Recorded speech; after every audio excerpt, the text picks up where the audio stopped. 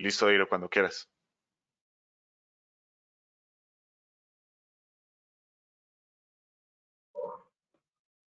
¿Ahí me escuchas, Sergio? Sí, señor, ya puedes iniciar cuando quieras.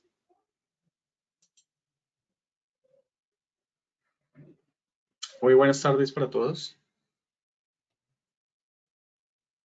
Primero que todo, muchas gracias por su asistencia el día de hoy. Mi nombre es Dairo González y quiero darles la bienvenida a este ciclo de conferencias, eh, seminarios web que hemos denominado El poder del dónde aplicado a la ingeniería, a cargo de la compañía en la que yo me desempeño, que se llama Esri Colombia. Y este ciclo de conferencias pues consta de 4 sesiones que vamos a estar impartiendo y compartiendo con todos ustedes. La primera de ellas y el día de hoy a mi cargo, denominada Tecnologías de la Localización en la Cuarta Revolución Industrial. Luego tendremos integración de sistemas de localización en aplicaciones de IoT, 3D y realidad aumentada. Tendremos también inteligencia geoespacial en el desarrollo de aplicaciones y cerraríamos con analítica de datos. Entonces, para comenzar, me presento, mi nombre es Dairo González. Yo soy ingeniero de profesión. Tengo una maestría en arquitecturas de tecnologías de la información. Soy especialista también en ingeniería de software. Y el día de hoy, pues es un placer para mí estar acá y compartir algunos elementos que pretendo, pues les permitan hacerse una idea de cómo una variable como es la de la ubicación, la de la localización, encaja en procesos que actualmente estamos abordando desde una vista de individuos, también de organizaciones, incluso de comunidades, como por ejemplo en las que ustedes pertenecen, tanto en sus barrios, en sus organizaciones comunitarias, pero también en la universidad, y son procesos de transformación digital, que hace parte pues de lo que se ha denominado la cuarta revolución industrial. Eh, para dar un contexto de algunos elementos que voy a tocar en la presentación, los voy a invitar a que hagamos un video corto y para esto quiero pedirle el favor a mi compañero Sergio que pongamos el video. Entonces vamos a ver el video y ya nos vemos.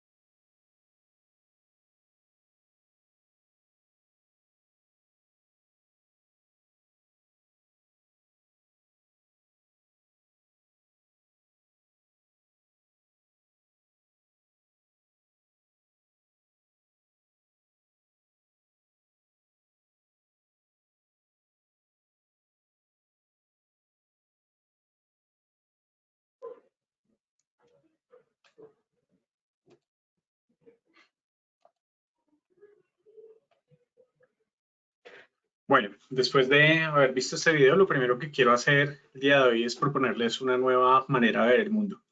Lo que están viendo en pantalla es, pues digamos que una abstracción que quiero presentarles. Es una manera que muy acorde a una perspectiva que ustedes podrán correlacionar con muchos procesos y conceptos que ustedes tal vez dominan como estudiantes de ingeniería de sistemas, como ingenieros de sistemas. Es el mundo en el que vivimos visto como un sistema vivo. Es un sistema del cual pues yo quisiera destacar pues la complejidad del mismo, una naturaleza dinámica en todo su conjunto, pero también en todos los subsistemas que lo conforman y la manera en cómo todos esos subsistemas están interconectados. Es un sistema que está en constante cambio, ha estado en cambio durante millones de años, pero que recientemente ese cambio está sucediendo de manera muy rápida. Estamos viviendo una transición que puede reescribir algunos impactos del pasado. ¿Y a qué impactos me refiero? Pues son los impactos generados por las revoluciones industriales que ha vivido nuestro mundo. Hablando de las revoluciones industriales, cada revolución industrial se inició o fue iniciada gracias a la necesidad de poder llegar a nuevas tecnologías energéticas. La primera revolución industrial, por ejemplo, que se desarrolló entre 1760 y 1840, originó un fuerte impacto en la sociedad, especialmente de tipo económico y social. Aquí, como consecuencias, podemos ver que se cambió hasta la forma en que trabajaba la gente. Y digamos que esto fue producto, consecuencia directa de los procesos de industrialización y de la aplicación de tecnologías en la forma de trabajo. La segunda, pues es una revolución que se da hacia 1870, está más asociada, digamos, con desarrollos en la industria química, eléctrica, de petróleo y del acero. Es una consecuencia directa de la primera, digamos que en este caso en particular podemos destacar la producción en masa, entonces se ven todas estas cadenas de producción donde se trata de generalizar un proceso y ya automatizarlo.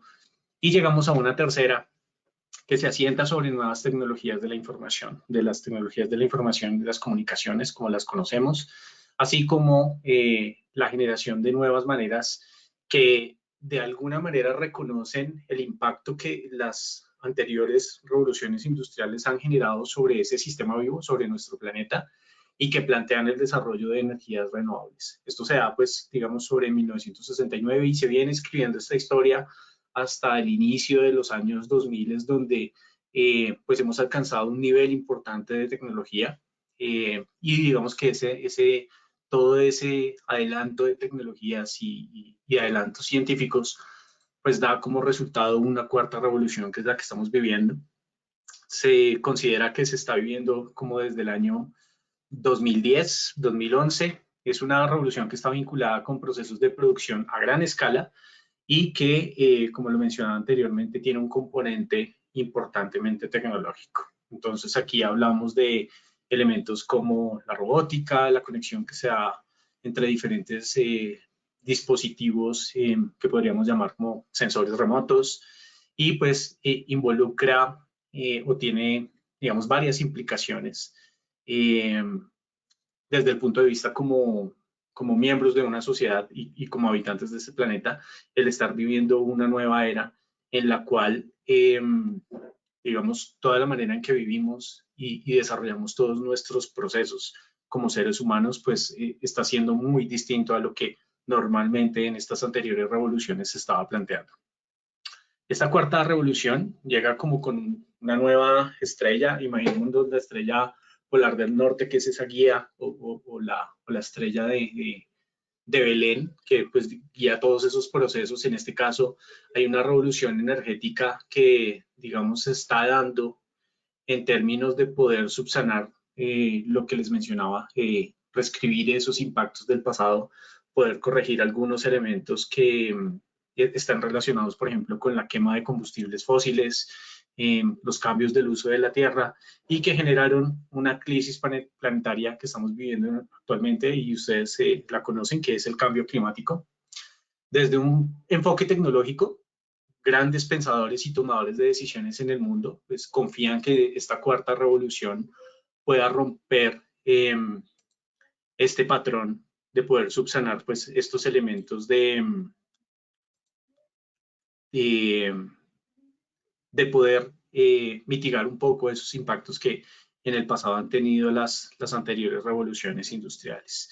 Y cómo, pues digamos, hay un principio fundamental de democratizar muchos procesos, pero sobre todo la información. Y con esto, pues proporcionar un modelo que sea próspero desde el punto de vista económico para todo el mundo y basado sobre todo en un principio fundamental, y es el de ser una sociedad de cero emisiones. Entonces, esto implica lo que se venía trabajando desde la tercera revolución industrial, trabajar en procesos de energías renovables, nuevas maneras de hacer nuestro trabajo y sobre todo con una visión de impactar en la menor manera posible a ese sistema vivo que les mencionaba anteriormente. Este cambio, digamos, de la cuarta revolución industrial, lo que plantea es un cambio de lo físico hacia lo digital. Entonces, además de todas estas tecnologías de la información que han venido en un creciente, pues digamos, desarrollo y sobre todo generación de nuevas tecnologías, pues todos los procesos se han venido digitalizando. Entonces, a nivel gubernamental se habla mucho de la iniciativa de cero papel, automatización de procesos a escalas particulares y también a gran escala, lo cual brinda oportunidades para que empresas digitales como por ejemplo Amazon, Apple, Microsoft dominen en este territorio donde pues digamos durante décadas han sido importantes jugadores en el terreno de la tecnología. Y también podríamos ver algunas innovaciones de empresas emergentes, como por ejemplo Uber, que digamos fue disruptiva en su momento con algunos modelos de prestación de servicios de transporte, y otras como por ejemplo Airbnb.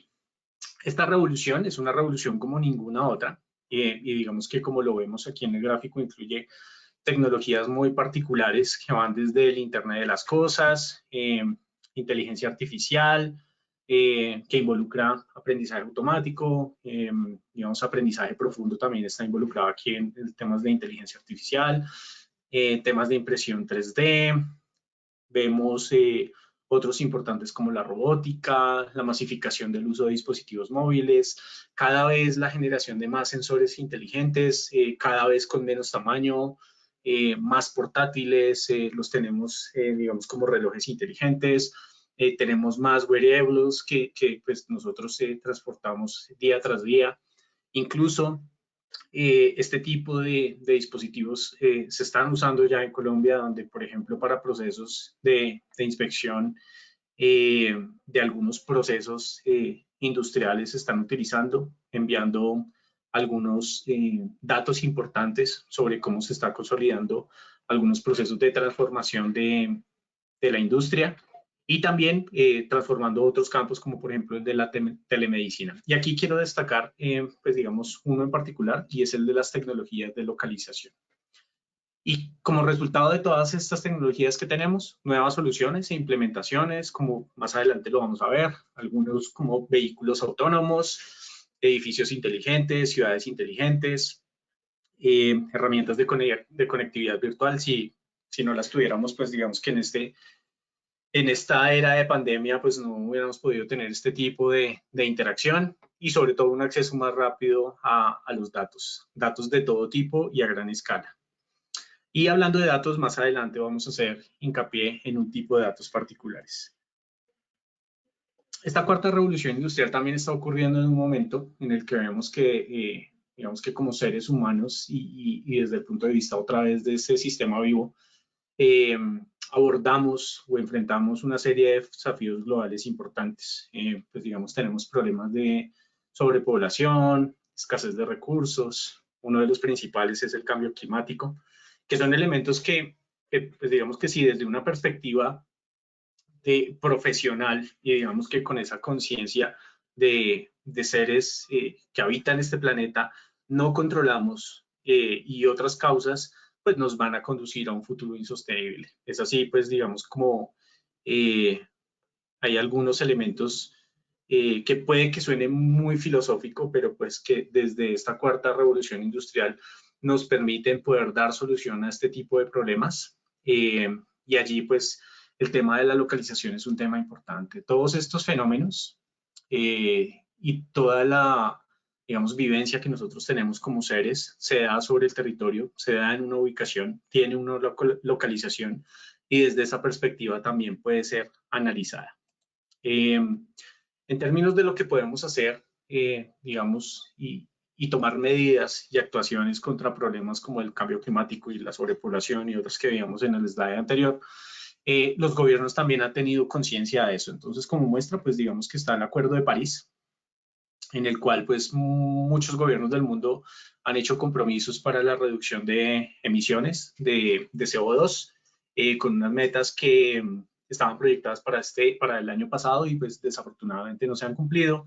Y pues digamos que ya, por ejemplo, en el ámbito local, nuestro gobierno en particular, el gobierno de Colombia, pues también ha tomado medidas para, digamos, poder acoger este tipo de compromisos y también dar respuesta a este tipo de fenómenos que está experimentando el planeta. Entonces, uno de ellos es, por ejemplo, una disposición de una carta y más bien como un manual de transición energética desde el cual el Gobierno Nacional da alineamientos al Ministerio de Minas y Energía para intensificar y promover el uso de energías renovables.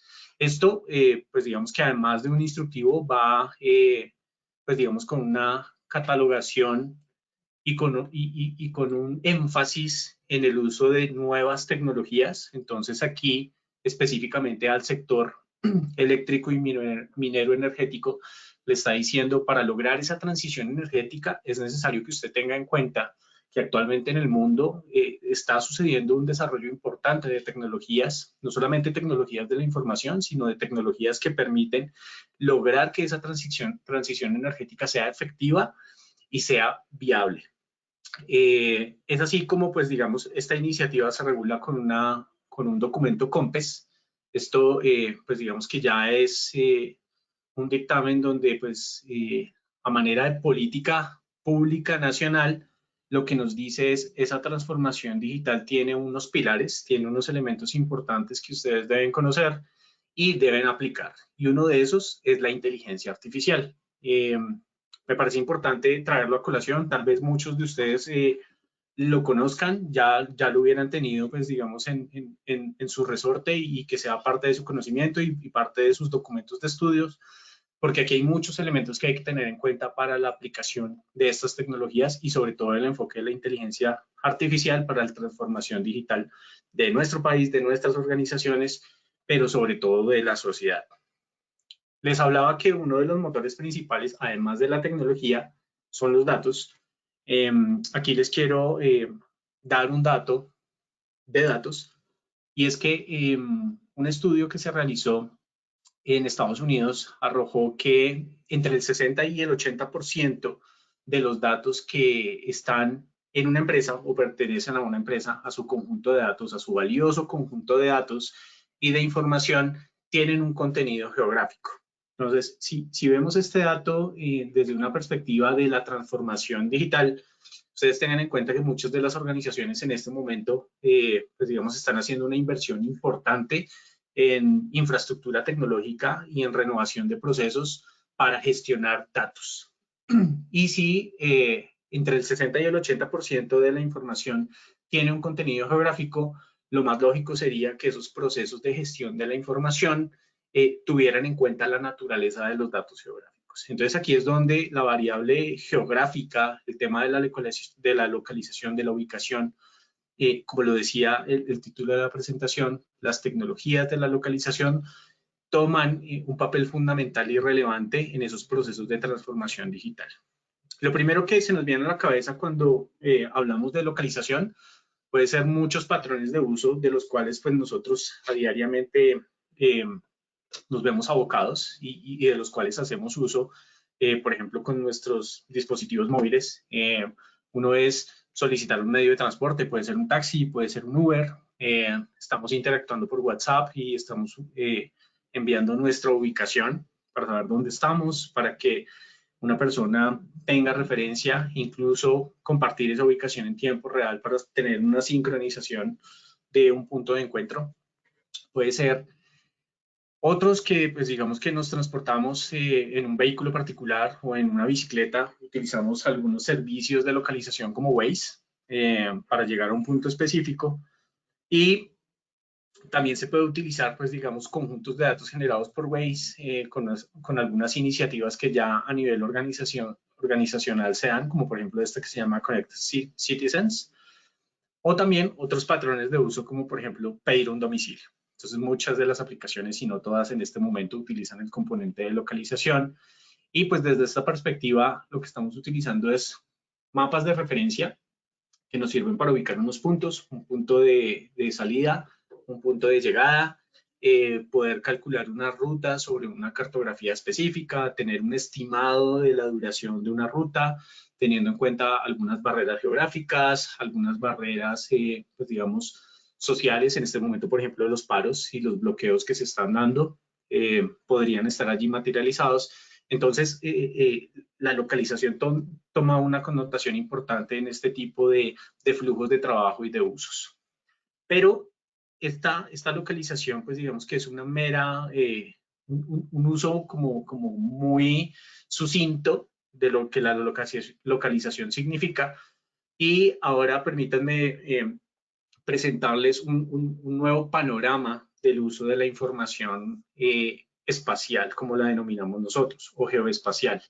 Eh, el uso de esta información está soportado sobre un método que nosotros llamamos la infraestructura geoespacial, que es un método con el cual pues, nosotros tratamos de aplicar geografía digital y sistemas de información geográfica a gran escala. ¿Esto para qué? Para poder conectar personas, equipos de trabajo, departamentos de organizaciones, organizaciones mismas y comunidades que trabajan con información geográfica. Este tema de las infraestructuras de datos espaciales o geoespaciales no son una idea nueva. Desde los años 70, algunas organizaciones gubernamentales a nivel mundial han desarrollado iniciativas de estas para compartir información que para los gobiernos y para muchas entidades en común son útiles. La información de las carreteras, la información de la topografía, la información de la hidrografía. Digamos que esas capas que nos enseñaban en geografía, que eran fundamentales para crear un mapa y que nosotros superponíamos, son las que son base fundamental de una infraestructura de datos geoespaciales. Esto que nos permite generar una red distribuida que puede permitir a las organizaciones aprovechar todo el contenido, las capacidades de generar mapas y sobre todo analizar una ubicación con respecto a otra o a un fenómeno que suceda en el espacio. Entonces, esta infraestructura lo que tiene importante es que desde el punto de vista tecnológico soporta cómo los usuarios están cada vez más utilizando la información geográfica en algún, digamos, perspectiva de computación en la nube, integrando muchas plataformas empresariales. Entonces, plataformas de mapas con algunas plataformas como plataformas de gestión de usuarios, ERPs, plataformas de ofimática, como cada vez más están involucrando algunos flujos de trabajo de rastreo en tiempo real y sobre todo haciendo analítica avanzada basada sobre datos geoespaciales. Y este es un tema fundamental, el de la analítica espacial, porque más allá de tener ese mapa base que veíamos, por ejemplo, en Uber o pidiendo el domicilio, uno puede llevar algunos procesos que involucran algoritmos espaciales y métodos analíticos. También uno puede aplicar ciencia de datos y también puede aplicar inteligencia artificial a conjuntos de datos espaciales. ¿Qué tipos de datos? Los datos que normalmente nosotros utilizamos, que son datos tabulares, pero también en este momento las plataformas de sistemas de información geográfica tienen la capacidad de permitirnos trabajar con datos no estructurados, poder detectar en archivos PDF, documentos de texto, algunos nombres geográficos, algunas coordenadas, extraerlas y realizar un procesamiento con esta información. Hay algunos sensores remotos, así los denominamos, que son elementos, por ejemplo, como cámaras especiales o algunos satélites como estos, que están capturando imágenes de la Tierra o de alguna porción de área, y que son elementos que se procesan, digamos que como resultado se tienen unas nubes de puntos y a partir de esto uno puede generar superficies de terreno, superficies en tercera dimensión, puede generar algunos conjuntos en tercera dimensión que en este momento se llaman voxels. Uno también podría integrar información, por ejemplo, de AutoCAD, que son plataformas que generan planos y que uno podría integrar este tipo de flujos de trabajo, pero también información que se produce a gran escala en plataformas de Big Data, en plataformas de Internet de las Cosas y también en otros como repositorios de bases de datos, algunas bodegas de datos, pero también en data warehouses, donde ya no tenemos data común y corriente, de pronto data transaccional, sino también datos multidimensionales. Entonces, desde esa perspectiva, la analítica espacial también es posible. ¿Y cómo es posible? Digamos, gracias a algunos motores de procesamiento de datos o de analítica espacial que nos permiten analizar redes como por ejemplo las de servicios públicos, alcantarillado, acueducto, electricidad, gas, análisis sobre esas redes. ¿Qué pasa si yo cierro una válvula, si cierro una tubería? Ese tipo de analítica se puede hacer acá. Análisis de ruteo, como el que les planteaba anteriormente, si hay una barrera geográfica, o un bloqueo por una manifestación, ese tipo de análisis.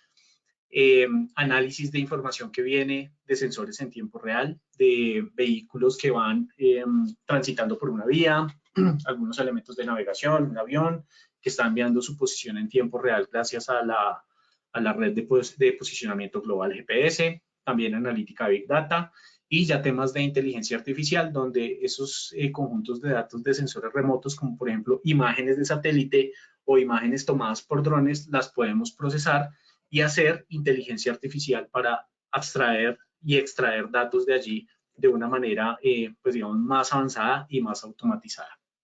Esta es, digamos que una percepción, la de la analítica espacial, y ya otra, digamos, un poco más tradicional sería la que uno podría imaginarse con la generación de mapas.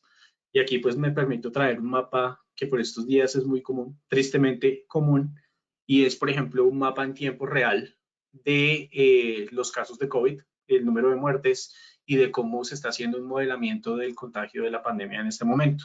Entonces, aquí el desafío, pues digamos, no sería el dato geográfico como tal, porque pues uno podría decir en el centro de salud o en la clínica o en el hospital hubo un contagiado, esa clínica se lo reporta al centro de salud, está al Ministerio de Salud y el ministerio pues reporta a las entidades de carácter global, las cuales están consolidando esta información. Allí es donde está el verdadero reto y desde el punto de vista de la tecnología y de la infraestructura tecnológica, esta es cómo hacemos nosotros para disponer millones y millones de registros de esta información a los usuarios en tiempo real, garantizando pues su accesibilidad, su usabilidad y sobre todo el entendimiento de la data. Imagínense que aquí estamos hablando de cientos de países proporcionando datos en tiempo real cada vez que está sucediendo un contagio, una muerte, un paciente recuperado.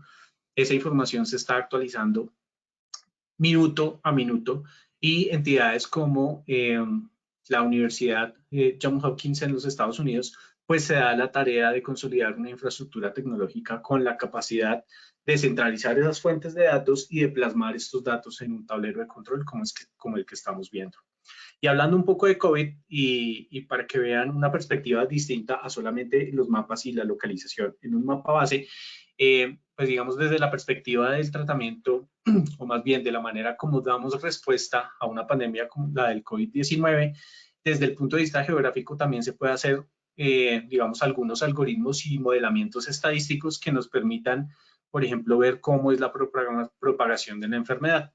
Aquí específicamente se ha desarrollado con organismos de carácter internacional en un modelo que se llama el modelo SHINE, que permite determinar cómo va a ser el nivel de ocupación de los hospitales según el número de camas que tengan y según, pues digamos, el porcentaje de personas que están, digamos, saliendo, por así decirlo, y con algo por ejemplo, de un lag de distanciamiento social. Entonces uno podría hacer un modelamiento de este tipo, aplicarlo a algunos flujos de trabajo como el mapeo de casos, poder identificar dónde hay una población vulnerable y al final, a través de tecnología, como por ejemplo aplicaciones, pueden ser aplicaciones web, aplicaciones móviles, contarle a la ciudadanía y entregarle estos recursos tan importantes de información.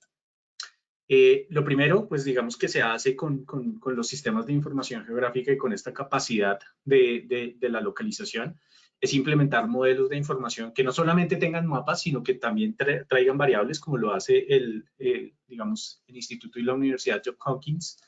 También poder analizar datos demográficos y generar, en este caso sí, por ejemplo, mapas donde yo pueda identificar vulnerabilidad social, poder identificar dónde están esas personas más vulnerables y dónde yo como gobierno o como organización tengo que focalizar la inversión, ¿sí?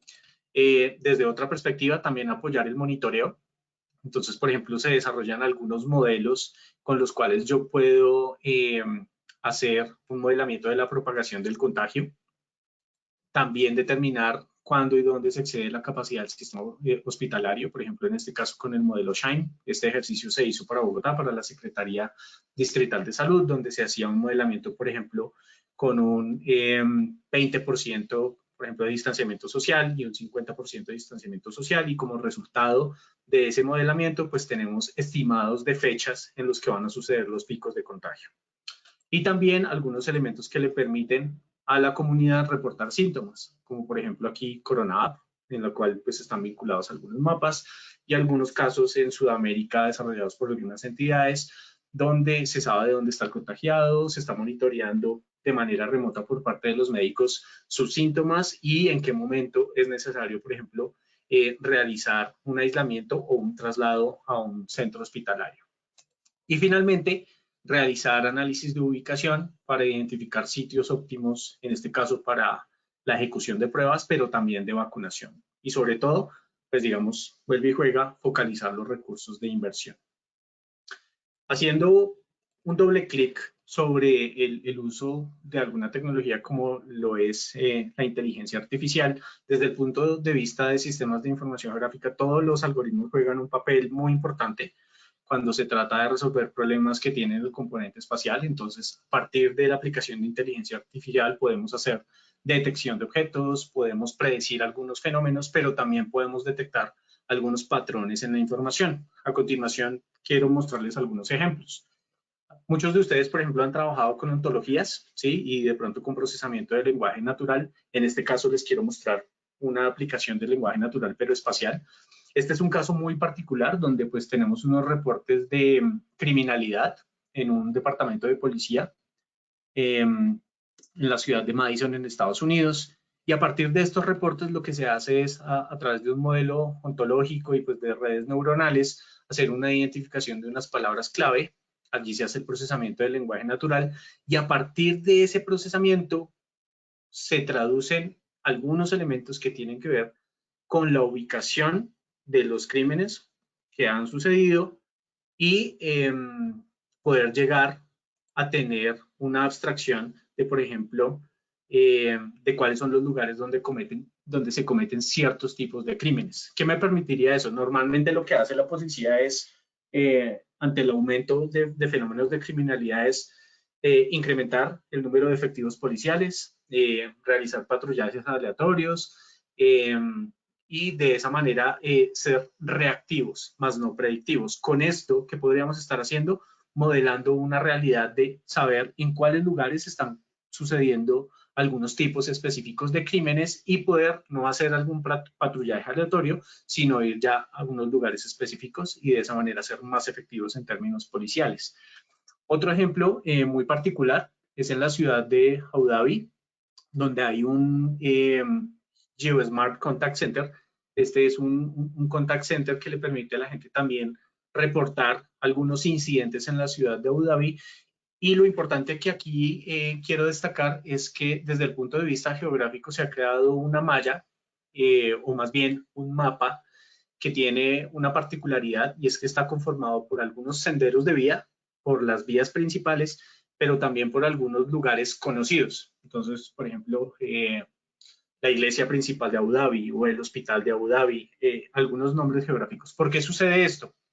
Porque cuando una persona llama digamos que en un estado de alteración, reportando un caso de vandalismo o de crimen o algo que le esté sucediendo, pues se comunica con el contact center y muchas veces, y en la mayoría de casos, no dan direcciones específicas. Entonces, ubicar un lugar, pues sin la dirección específica es muy complicado. ¿Qué hace este procesamiento del lenguaje natural? Cuando se está haciendo la llamada, hay un procesamiento de la llamada, esa voz se convierte en texto y a ese texto pues se le corren, digamos, algunas ontologías y algunos algoritmos que lo que permiten es, de acuerdo a los nombres que la persona está describiendo, donde está sucediendo el fenómeno, el mapa sugiere algunas ubicaciones particulares y de esa manera el despachador puede enviar ayuda a esa persona. Este, pues, digamos, es un ejemplo particular. Hay otros ejemplos asociados con predicción de riesgos de accidentes. Ustedes pensarían que este mapa puede ser un mapa de vías, pero no, es un mapa de accidentes. Cada color fluorescente que ustedes ven aquí, que conforma como una línea, es un accidente sucedido en la ciudad de Houston, en Estados Unidos, y a partir de esto, pues se hace un procesamiento de la data. Aquí se hace ingeniería de datos, que es una de las primeras actividades que se hace en un pipeline de ciencia de datos. Después de hacer ingeniería de datos, pues se tiene un modelamiento de la información y se puede llegar a un modelo predictivo de riesgos de accidentes, donde pues se hace una correlación. De pronto en la imagen no se ve muy bien, pero lo naranja versus lo azul es donde efectivamente sucedieron los accidentes y lo naranja es donde el modelo trata de predecir el riesgo de que suceda un accidente. No es totalmente exacto, pero es una aproximación muy importante. Hay otros flujos de trabajo, otros ejemplos que les quiero mostrar, como por ejemplo la detección de carros a partir de imágenes de drones, de deep learning. Aquí a partir de esa toma de imágenes podemos, corriendo algunos algoritmos, hacer identificación de los autos y no solo hacer esa detección avanzada, sino analítica para determinar, por ejemplo, cuáles son las tasas de ocupación de un parqueadero por días, por horas, y de esa manera poder optimizar, por ejemplo, un servicio, ideando algunas iniciativas de incentivos para horas valle o de pronto ofrecer algunos tipos de servicios complementarios. Otros orientados a hacer detección de patrones en videos, y digamos que videos georreferenciados, en los cuales en este caso, por ejemplo, se está haciendo detección de grietas o rupturas en tiempo real. Otros donde podemos detectar vehículos y analizar el tráfico en tiempo real. Y un último que les quiero compartir tiene que ver en cuanto a la aplicación de inteligencia artificial, como por ejemplo un análisis de evaluación de palmas. Aquí estos son palmas de coco en la isla de Tonga, en un lugar llamado Colobay. Estos son imágenes tomadas por un dron. Entonces ustedes ven aquí las palmeritas están chiquitas. Lo primero que se hace es un entrenamiento de un modelo de identificación de estas plantas. Hay algunas variables que se tienen en cuenta aquí, como por ejemplo la forma de la palma, la reflectancia de las palmas en el espectro electromagnético y otras que el modelo entiende. Una vez uno entrena el modelo con unas porciones o con algunas palmas de estas, se corre el modelo y él automáticamente hace la identificación de las palmas. Como uno de los elementos que se tiene en cuenta es la respuesta en el espectro electromagnético, esa respuesta me está dando, además de la posible ubicación gracias al modelo de Deep Learning, me está dando las condiciones de salud de la palma. Entonces yo puedo hacer una clasificación de cuáles palmas están enfermas, cuáles están saludables y de esta manera también focalizar recursos. Si yo soy el propietario de este cultivo y necesito hacer un riego por plaga o por, digamos, tratar de que esas palmas sanen por alguna enfermedad que están haciendo, pues no tengo que hacer toda la fumigación a todo el cultivo, sino ya identifico cuáles son las palmas que no están saludables y así focalizo mi inversión. Otro de los elementos a tener en cuenta dentro de todas estas tecnologías son las capacidades en tiempo real. Entonces son capacidades de hacer seguimiento, monitoreo y generar alertas. Entonces los patrones en estos flujos de trabajo básicamente son poderse conectar a aplicaciones, a plataformas de Internet de las Cosas y a sensores que están mandando información en tiempo real, realizar una ingesta de esta información, procesarla y a partir de ellos generar unos tableros de control que le permitan a los tomadores de decisiones tener esa información en casi tiempo real o tiempo real, generar algunas alertas, pero también, por ejemplo, automatizar algún comportamiento, como por ejemplo el cierre de una vía o mandar una alerta automática, por ejemplo, por Waze. Algunos casos de uso de IoT. están relacionados con seguimientos de personas, optimización de recursos, seguimientos de activos. Entonces aquí estamos hablando de vehículos, también de contenedores, protección de infraestructura, integración con algunas plataformas de producción empresarial, pero también con autos conectados. Y con el de autos conectados, pues quiero resaltar dos en particular. Ustedes de pronto los han visto, los autos autónomos, los carros autónomos en este momento Tesla tiene, incluso se ve gente durmiendo por las autopistas de Estados Unidos, donde el carro pues va conduciendo solo. Esto se da gracias pues a la capacidad de tener muy bien georreferenciada la vía, muy bien estructurada esta vía y también sincronizada esta información con el vehículo, pero también otros vehículos autónomos como por ejemplo tractores, donde ya digamos que en aplicación de casos de agricultura de precisión, pues gracias también a la localización, tienen con una precisión casi que al centímetro la capacidad de recorrer un campo y realizar tareas de fumigación, de extracción y de recolección pues de la producción. Otro elemento importante que tiene que ver con esta cuarta revolución industrial en términos geográficos es el mapeo que se hace con los drones. Entonces, desde la planificación de un vuelo de drones hasta la captura de la información, hasta la generación de algunos modelos, pues tiene una importancia relevante en términos del uso de este tipo de comportamientos y algunos ejemplos podrían ser la aplicación y el uso en misiones de rescate, pero también en agricultura de precisión. Aquí podríamos como el ejemplo que les mostré de las palmas de coco en Colobay, en la isla de Tonga, tomar esas imágenes de los cultivos para mirar cuál es la salud de las plantas, pero también lo que se está haciendo es que estos drones están haciendo los procesos de fumigación, también guiados por GPS por cada una de estas eras y se realiza una fumigación. Entonces, aquí estamos hablando de optimización de recursos.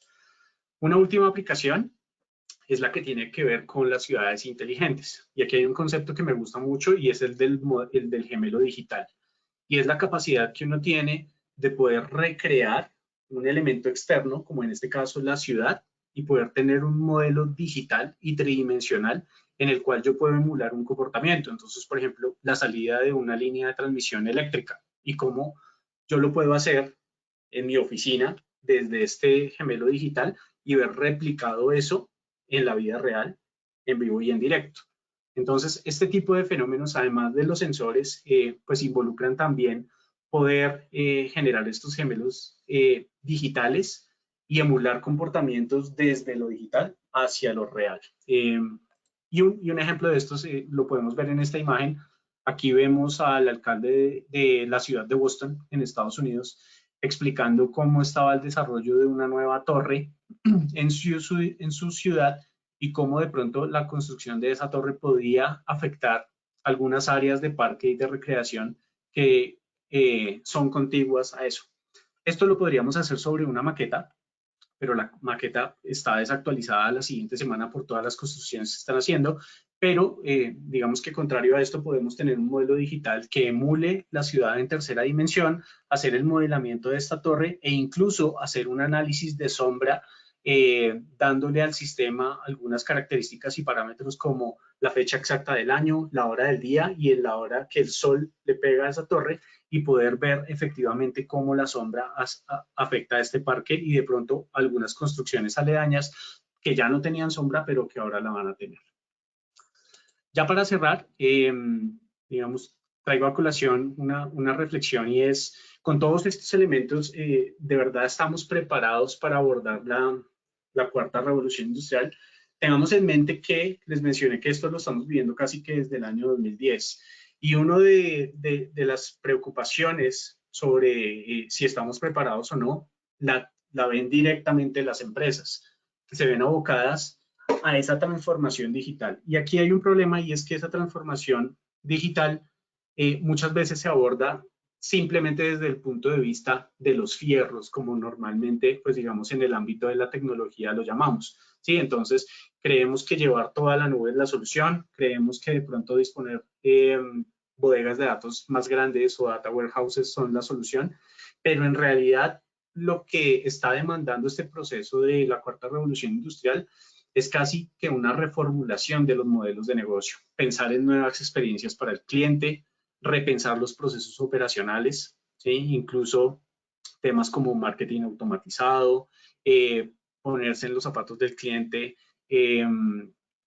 implementar algunas soluciones como por ejemplo el e-commerce, la digitalización de los procesos, repensar los procesos de negocio, pero uno muy importante es que no todo es tecnología, sino también tenemos que pensar en las personas y los colaboradores que van a afrontar todos estos procesos de transformación digital. Y aquí es donde ustedes tienen un papel relevante. El Foro Económico Mundial nos da unas estadísticas para 2020, donde pues digamos que de los campos de estudio hace una comparación.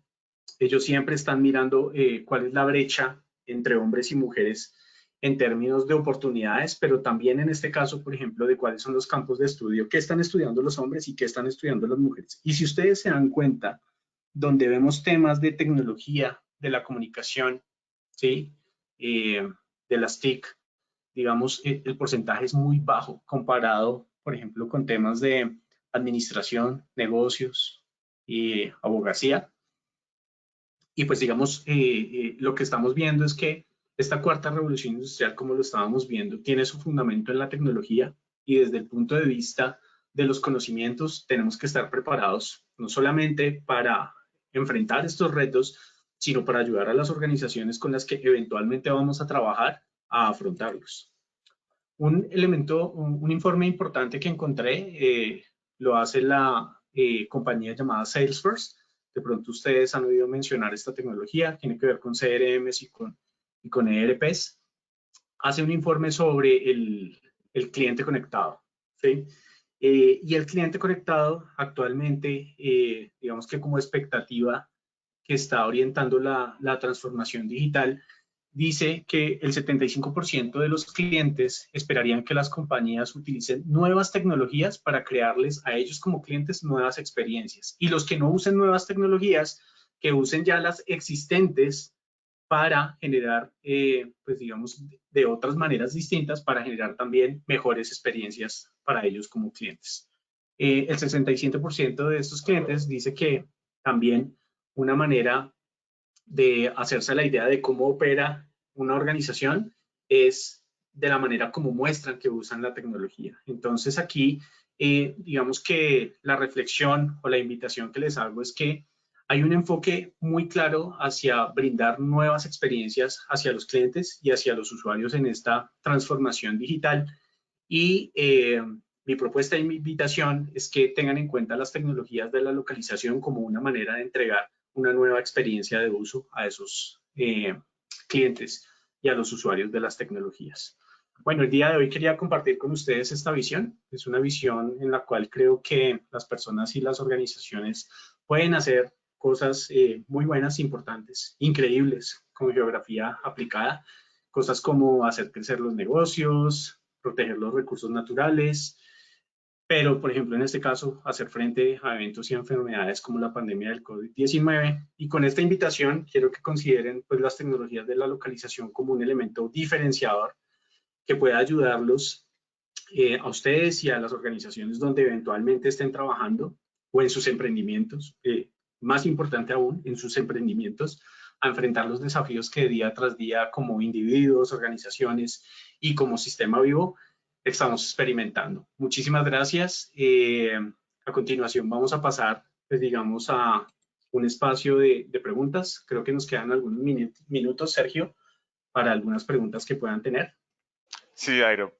Mira, Duan Alfonso Alvarado Pacho nos pregunta, ¿qué requisitos se deben tener para el análisis de una infraestructura vial en tiempo real? Eh, digamos que la cobertura, como la llamo yo, que sería, pues, digamos, la cartografía de la infraestructura vial, en este caso es fundamental. Desafortunadamente en el país carecemos de esa información, por ejemplo, de la información de vías terciarias. Eh, Hemos realizado esfuerzos conjuntos importantes con entidades como, por ejemplo, el Departamento Nacional de Planeación para levantar esa información.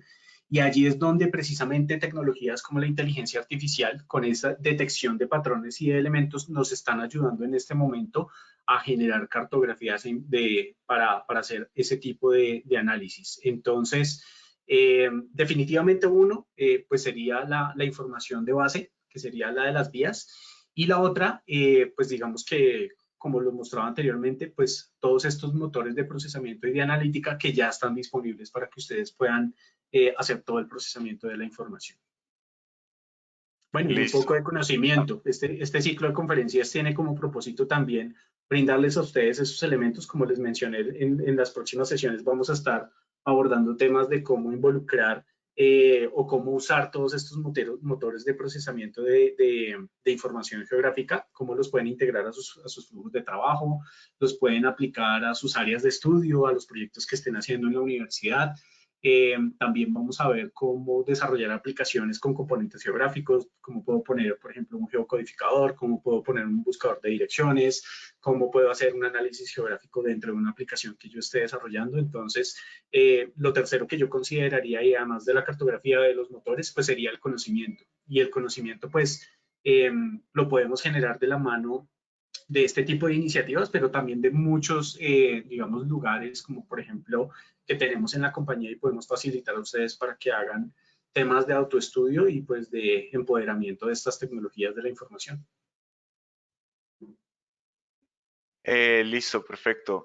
Robert Arturo Enríquez Reyes nos pregunta, ¿en alguno de los ejemplos dados se utilizan OpenStreetMap o GIS con software propietario? ¿Nos podría hablar sobre estas plataformas, las ventajas y desventajas? Sí, digamos que OpenStreetMap es una iniciativa mundial en la cual pues muchas personas como ustedes, como yo, cogen un dispositivo o un dispositivo móvil o un GPS y comienzan a hacer el tracking de la vía y la comparten. Esa vía, pues digamos que bajo un esquema de crowdsourcing o de colaboración masiva, esa vía puede ser corregida, alimentada y perfeccionada. OpenStreetMap tiene dos tipos de cartografía. Una, que es la cartografía social, que se genera con el patrón que les acabo de escribir, pero OpenStreetMap también tiene otra vertiente, que es una vertiente comercial, en la cual, además de la cartografía que es comunitaria, ya tiene una cartografía especial para realizar todos esos flujos de trabajo de generación de rutas complejas. Entonces ya un segmento de vía tiene un sentido materializado como un atributo, tiene unos nodos de un punto A a un punto B, entonces eso ya es cartografía que se vende por paquetes, se vende por ciudades, se vende por países, se vende por continentes. Entonces, pues digamos que al nivel de escala que se necesite la cartografía. En cuanto a la, digamos, al licenciamiento o al si usar herramientas propietarias o no, yo creería que en este momento lo importante es el uso de los estándares. En términos de la cuarta revolución industrial, pues hay estándares donde ya se, digamos, se sugiere el uso de la plataforma del Internet de las Cosas. Entonces, por ejemplo, para poderme conectar a un sensor específico, pues yo tendría que acogerme a las características que tenga ese vendor específico del sensor, pero si la conectividad está en términos de un estándar, yo puedo crear un WebSocket o puedo crear un componente de ETL que me permita traer la información, transformarla y ponerla en un mapa, por ejemplo. Entonces, nosotros particularmente en Esri trabajamos con una tecnología que se llama ArcGIS. De pronto ustedes alguna vez la han oído mencionar, así se llama nuestro software. Es un software licenciado, propietario, entre comillas, pero que bajo esa concepción de estándares ha sido diseñado para poder trabajar con estándares de industria, no solo estándares de datos abiertos, sino también APIs abiertas, es decir, que todo el código que se genera creando los componentes de ArcGIS es abierto. Ustedes pueden buscar, por ejemplo, GitHub, el repositorio de Esri, y allí van a encontrar cientos de aplicaciones de las que yo les acabo de mostrar, donde el código está abierto para que ustedes lo descarguen, lo amplíen y colaboren, por ejemplo, en los repositorios de GitHub. Entonces, pues digamos que desde mi punto de vista, es indistinto si estoy utilizando software open source o software privativo, siempre y cuando, pues digamos que los protocolos con los cuales esté haciendo, pues esta analítica estén basadas en estándares. Listo, yo creo que nos da tiempo para responder la siguiente pregunta, Eiro, y la hace Heiber Suárez.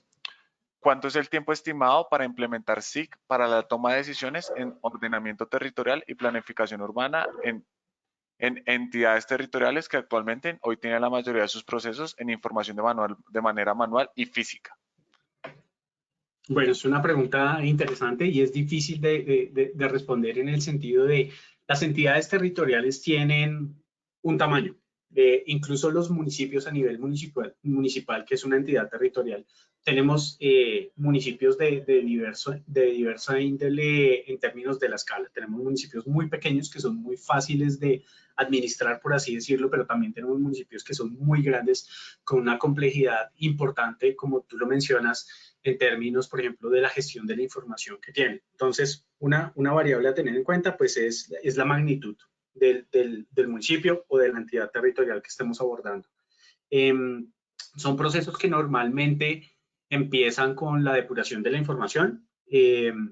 Esa depuración de la información, digamos que ya después recae sobre tener que diseñar un modelo de datos y ese modelo de datos puede ir sobre una base de datos geográfica que sea la centralizadora de esa información. Una base de datos o un proyecto, por ejemplo, de consolidación de una base de datos geográfica puede estar alrededor de unos 6 meses, dependiendo, vuelve y juega, del tamaño de la entidad territorial. Y después de esto, pues ya vendrían todos los procesos digamos, del ordenamiento territorial. Entonces yo tendría procesos de planificación, procesos urbanísticos sobre estos, procesos, digamos, de articulación de algunas leyes y sobre todo, pues ya de cómo se dispongan los planes de ordenamiento territorial. Normalmente estos planes de ordenamiento territorial van acorde a las vigencias de los gobiernos. Entonces, normalmente, además de los tiempos que en términos tecnológicos ocupe la generación de una base de datos geográfico y las aplicaciones y todos los procesos que mencioné anteriormente, pues normalmente un proceso en un ente territorial como estos orientado hacia el ordenamiento territorial, pues está como acorde a las vigencias de gobernabilidad pues digamos, del alcalde o del gobernante de turno.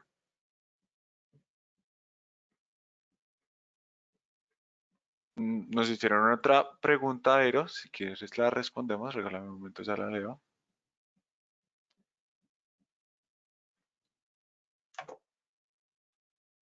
Eh, Nos las hace Luis Fernando Rosas Arango. Para aplicar este tipo de tecnologías es preciso contar con la infraestructura que la soporte. ¿Cómo está Colombia con esa infraestructura?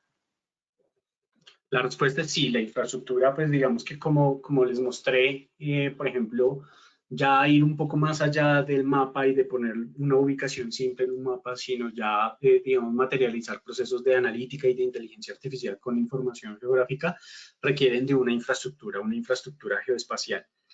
En términos de infraestructura, Colombia, pues digamos que actualmente con este tema de la carta o del manual de la transformación digital está haciendo esfuerzos importantes. Todas las entidades del orden municipal, pero también del orden nacional, tienen recursos importantes.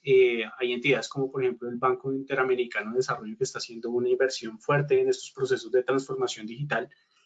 No diría, yo no podría afirmar que estamos bien, pero estamos en un camino donde Colombia está haciendo un esfuerzo importante para que, pues digamos que las entidades gubernamentales tengan la infraestructura que soporte este tipo de iniciativas. Una de ellas, y muy importante, es la iniciativa de datos abiertos de Colombia.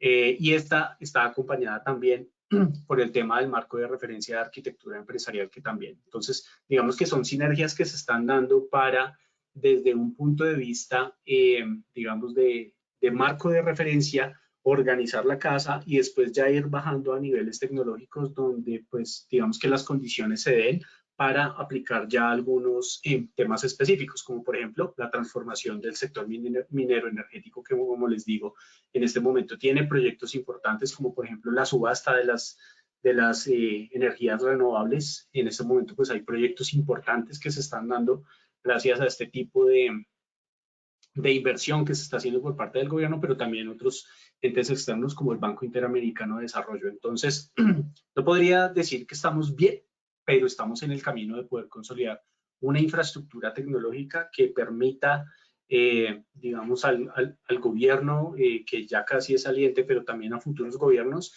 poder generar política pública y generar soluciones a problemas, digamos que muy sentidos que tiene nuestra sociedad en este momento. Listo. Vamos con una última pregunta, Eero, si te parece. Dice Diego ¿Sí? Mejía. Deiro, saludos desde Ecuador. El acceso a la tecnología 4.0 es limitado y costoso, especialmente para productores pequeños.